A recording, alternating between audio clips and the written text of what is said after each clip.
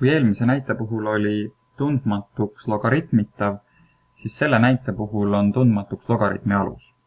Ja kõigepealt võiksime mõelda määramispiirkonna peale, ehk missugused x-i väärtused üldse sobivad meie võrrandi lahenditeks. Teame ju seda, et logaritmitav peab olema positiivne ja ei tohi võrduda 1-ga. Järelikult sobivad kõik positiivsed reaalarvud peale 1. Lahendame seda võrrandit analoogselt eelmise näitega ja toome sisse uue tundmatu. Teeme nii-öelda muutuja vahetuse ja asendame logaritm 100 alusel x t-ga.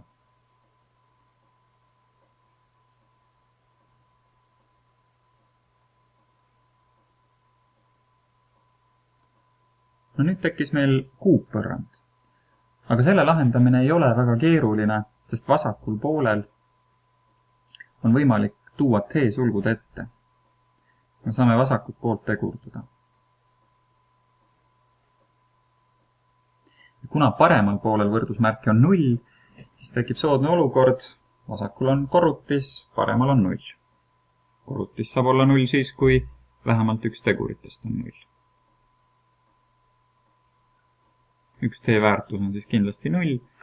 Teise ja kolmanda t-väärtuse saame kätte siis, kui lahendame ära ruutvõrrandi.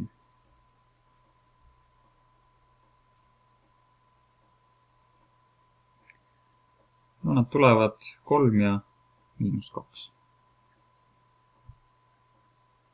Nüüd on jälle koht teha tagasiasendus, sest meid ei huvita ju t-väärtus, vaid meid huvitab siiski x-i väärtus. Esimeseks t-väärtuseks oli meil 0, teeme tagasiasenduse. See tähendab ju, et logaritm 100 alusel x peab võrduma 0. No sellel võrrandil ilmselt lahendeid olla ei saa, sest me ei leia ühtegi sellist reaalarvu, mille astmesse 0 tõstmisel oleks tulemuseks 100.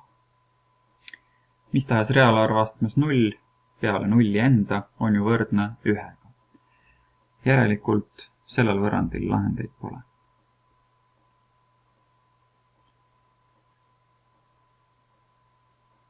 Teine t-väärtus oli meil 3. Järelikult logaritm 100 alusel x peab võrduma 3-ga.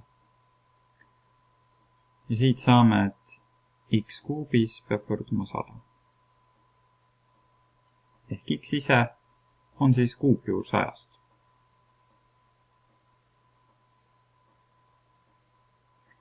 Ja kolmas variant on siis see, et logaritm 100 alusel x peab võrduma -2-ga.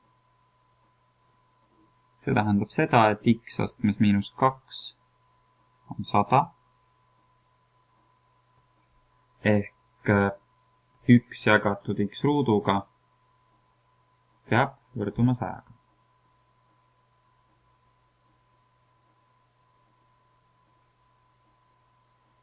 Mis omakorda tähendab seda, et x ruut peab võrduma 1/100.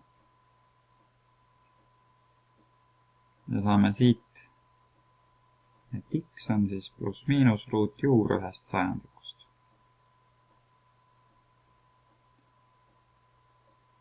x1 tuleb siis 1/10 ja x2